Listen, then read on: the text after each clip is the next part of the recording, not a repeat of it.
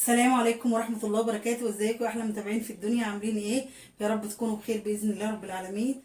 هنعمل مع بعض ان شاء الله رب العالمين زي ما حضراتكم شايفين كده في الفيديو. هنعمل صينية كوسة، هنعملها بالطريقة العادية جدا، مش هنعملها بالبشاميل. في كوسة طبعا بتعمل بشاميل زي المكرونة بالبشاميل كده، بس ليها طريقة تانية. وهنبقى نعملها باذن الله لو عشنا وكلنا عمر في ايه، في فيديو تاني باذن الله رب العالمين. صينيه كوسه بالبشاميل. المره دي هنعملها عاديه جدا جدا، ايه يعني زي ما تكون بتعملي صينيه بطاطس عاديه خالص. هنبدا مع بعض على طول في الطريقه. انا معايا بصلتين اهوت والتوابل والكوسه غسلاها وحطها في الصينيه زي ما حضراتكم شايفينها، والقوطه هنا في شفشق الطماطم. انا لسه بعد ما ضربتها ضربه كده استنيت عشان هعمل عليها يعني في اضافات تانية هحطها مع الطماطم زي ما حضراتكم شايفين. هنبدا مع بعض ونسمي ايه بسم الله. ادي ايه معانا كده، ايه اللهم صل على النبي. البصلتين هنعملهم ايه مع بعض كده، سموا الله كده معايا بسم الله. هنعملهم مع بعض كده على القرمه شرايح كده بالطريقه اللي حضراتكم شايفينها دي. طبعا اللي عايزه تعملها على ايديها براحتها، بس انا ايه بقيت افضل الطريقه دي، ان انا اعمل اي بصل على القرمه كده وانا شغاله، بتبقى ايه بتسهل عليا الموضوع. شايفين كده انا عملت ازاي؟ خدوا بالكم من التكه البسيطه الجميله اللي انا هعملها. انا عملت نص البصلايه او اكتر من نصها، تمام. وهبدا في البصلايه الثانيه وهقول لكم ايه النص الثاني انا هعمل بيه ايه. برده كذلك انا باخد الشرايح الايه اللي انا عاملاها مسويه كده، وبقيه البصله بقى تعمل ايه، بدل مش عارفه اتحكم فيها، بدل ما اخد بصلايه ممكن اعمل ايه بصلايه سليمه والثانيه هحطها في الخلاط دلوقتي وهتشوفوني معايا. بس انا ايه بفضل ان انا اخد حته من البصلايه الاولانيه وحته من الثانيه، تمام. شويه البصل اللي انا حطيته شرايح ده هوديه فين؟ هحطه هنا كده على الكوسه زي ما حضراتكم شايفين كده بالطريقه دي، وهسيبه هنا خالص. وهعمل ايه؟ هقطع عليها القرن الفلفل اللي حضراتكم شايفينه، هاخد منه حته قطعه كده صغننه، وهسيب برده النص التاني اهو. هنقطعه كده بالسكينه زي ما حضراتكم شايفين، تمام. وادي من الحته التانيه هاخد معلقه توم كده من اللي انا مفرزاها معاكم، ضربتها في الكبه ويعني فرمتها في الكبه وحطيتها في الفريزر عشان بيسهل معايا الموضوع جدا. لما تجيبي التوم وهو لسه طري وتفرميه في الكبه ايه طبعا احنا عملنا فيديو مع بعض وشفناه. هو بصوا شكله يعني زي طازه، زي تكون لسه عاملاه دلوقتي. هناخد منه معلقه توم كده، اللي بتحب التوم يعني معلقه توم حلوه كده، تمام. يبقى انا هنا حطيت ايه على الكوسه، ايه بصل وتوم وفلفل، بصل وتوم وفلفل، تمام كده. وهعمل ايه كمان؟ المقص فين؟ ثانيه واحده اجيب المقص. وورقه ماجي، ورقه ماجي كده، اللي عايز حابب يحطها يحطها، اللي مش حابب براحته. انا بحط واحده ماجي كده بتديها طعم حلو، ماشي. بصل وثوم وفلفل، وفلفل اخضر طبعا، وماجي. بحط معلقه كمون وشويه كمان اهو، معلقه فلفل اسود، معلقه كزبره بس فقط لا غير. توم وفلفل اسود وكمون وكزبره. وطبعا ايه الملح مش هنكتر في الملح عشان احنا حاطين توابل حاطين ماجي، والماجي فيها ملح. هنحط معلقه ملح برده صغنونه كده، ما تحطيش معلقه ملح كبيره. وعشان برده هي بتستوي لو زودتي بيها شويه شوربه، الشوربه بتبقى مملحه برده ما تحدقش معاك. يعني هي معلقه ملح صغيره مع وحده الماجي والشوربه هتكمل. ولو احتاجتي ملح تحطي، يعني الملح تتحكمي فيه براحتك، تمام كده. عملنا كده. هنعمل ايه بقى؟ الخلاط اللي حضراتكم شايفينه ده هروح مقطعه ايه البصلايه دي مع القوطه. انا طبعا بنعملها ني في ني زي البطاطس. ما انت قطعتي اهوت. هنقول مع بعض قطعتي البصل ني في ني، هتعمليه هنا مع الطماطم. انا بحب ايه احط البصل مع القوطه اما بيتضرب مع بعض في الخلاط بيدي طعم جميل. وممكن نحط كمان ايه قرن الفلفل الصغير ده كمان. هو كل اللي احنا حطيناه عشان اللي مش بيحب الحراق قوي، قرن فلفل واحد حامي بيديها طعم وايه وطعم حراق بسيط جدا، يعني مش ملحوظ، مش هتحرق معاكي ولا حاجه. اللي عنده اطفال ومش حابب يحط الحراق ده يحط رومي عادي براحته.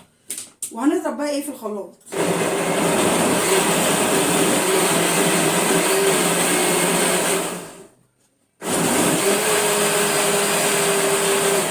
انا حطيت لي بقى، هنقول مع بعض تاني، حطيت لي القوطه على القوطه البصلايه مثلا. هنقول ان احنا بصلتين، حطيت واحده هنا وواحده هنا، ما قطعتش نص ونص، يعني براحتك بقى زي الطريقه اللي انت حباها. حطيت بصلايه هنا مثلا كبيره، وممكن تجيبي ايه واحده زنطوطه كده تحطيها هنا مع القوطه. ليه بقى؟ لان يعني في اكلات كده ساعات بحبها اعمل كله في الخلاط ني في ني، واروح احطها على الاكله اللي انا بعملها، ما اعملش في الصينيه خالص. فبلاقيه يدي طعم جميل جدا. حتى يعني لما باجي اعمل المحاشي مثلا خصوصا البتنجان والورق العنب، مش الكرنب، الكرنب بسبك له عادي، او الممبار، بسبك للمحشي كله، لانواع المحاشي كلها، واروح ضربه مع القوطه يعني بصلايه نيه كده، بتدي للمحشي البتنجان وبتدي للممبار طعم خطير جدا، اكنك عاملاه ني بني، ما الني بني بيدينا الطعم المسكر الجميل ده، وريحه القوطه مع الكمون والحاجات دي بتبقى جميله جدا. وفي نفس الوقت بقى ايه، اللهم صل على النبي، بيدي طعم جميل جدا، وفي نفس الوقت بتلاقي المحشي احمر اكنك مسبكاه، فانت خدت الطريقتين. فانا دي الطريقه دي معتمداها، بحب اعمل الني وني والمسبك الاثنين مع بعض عشان تديني افضل طريقه. تمام. هروح عامله ايه بعد كده بقى، هقلب المكونات اللي حضراتكم شايفينها دي بالمعلقه اللي بتقلب دي كده معايا. طبعا ايه، انا مش هكتفي بتقليبه المعلقه، انا هعمل ايه بقى عشان تكوني عارفه اللي بيخلي لك انا كده ماشيه معاكم في الخطوات ديت لايه، لصينيه الكوسه، وفي نفس الوقت لصينيه البطاطس، الاثنين نفس يعني بعمل نفس الموضوع. انا الاول كنت بعمل ايه، كل حاجه البصل بالثوم بالفلفل كده، واروح حاطه الطماطم وخلاص، ما بعملش اضافات اللي هي احط ثوم. وبرده ايه، بحط هنا، شفت افتكرت معاكم ازاي بقى، انا حطيت البصلايه هنا والفلفل، برده بحط التومه نيه كمان هنا، زي ما تقولي بقى ايه هي، يعني خطوات انا واخده عليها، ما احبش انسى منها ولا خطوه. انا كنت نسيت معاكم احط حته الثوم، حطيتها اهي. تمام. بصوا بقى، انا قلبت التقليبه ديت يعني بتفرق في الطعم جدا، ما تقلبيش بقى بالمعلقه او بايدك تقليبه صغيره، اقعدي قلبي شويه كده بتطعمي الحاجه منها. وبعد ما قلبتيها بقى وتروحي البصل بقى ما تخليهوش يعني متكتل في مكان واحد، لا، تاخدي البصل كده وتوزعيه شرايح كده، بحيث ما تبقاش في مكان كله بصل والباقي لا، البصل شرايح عليه. ماشي. تمام. تمام جدا جدا.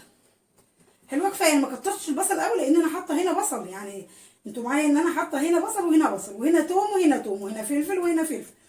تمام كده. حلو جدا جدا. هنعمل ايه بعد كده بقى، هنجيب القوطه ونروح حاطينها كده ايه على صينيه الكوسه. تمام. بس كده. هنشيل الخلاط ده ايه، طالما حطينا بقى القوطه مش هنقلب بايدينا تاني بقى، احنا هنقلب بالايه، بالمعلقه اللي بنقلب بيها اهي. ممكن تهز الصينيه هزه كده، بس عشان الكوسه يعني ايه، حبيباتها مدوره صغيره كده، غير البطاطس هزه واحده كده اهو تهز معايا اهي. تمام كده. هنعمل ايه تاني، اخر خطوه بقى، اللهم صل على النبي، الزيت. نحط شويه زيت كده مش كتار قوي، بس كده، وندخلها بقى الفرن تستوي. وممكن ايه، وهنبقى نعمل طريقه تانيه، ان احنا هنبقى نعمل معاها الفراخ في طريقه تانيه، زي ما بتعملي صينيه البطاطس بالفراخ هنعمل الكوسه بالفراخ. بس انا حبيت اوريها لكم مبدئيا من غير فراخ او اي حاجه عليها، وهي ايه كده زي صينيه البطاطس العاديه جدا جدا بحالتها كده. شايفين الجمال والحلاوه ما شاء الله اهو. وطبعا ايه بقى، لما تستوي وتطلع من الفرن هوريها لكم باذن الله رب العالمين. مع الف سلامه. وبقيت وانت معايا، الدنيا ملك ايديا، أأمر على هوايا وكل أمرك عليا، عز الكلام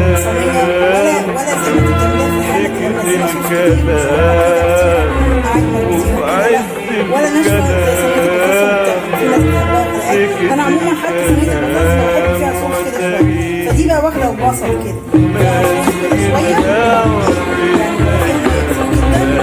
ولا فيها ميه كتير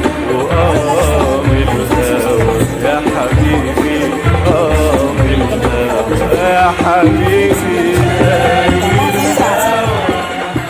والف هنا وشوفها لله ياكل. وما تنسونوش بقى يا حبايبي، احلى جمهور في الدنيا، في لايك جميل كده زيكم، وان شاء الله رب العالمين اشوفكم فيديوهات احلى واحلى.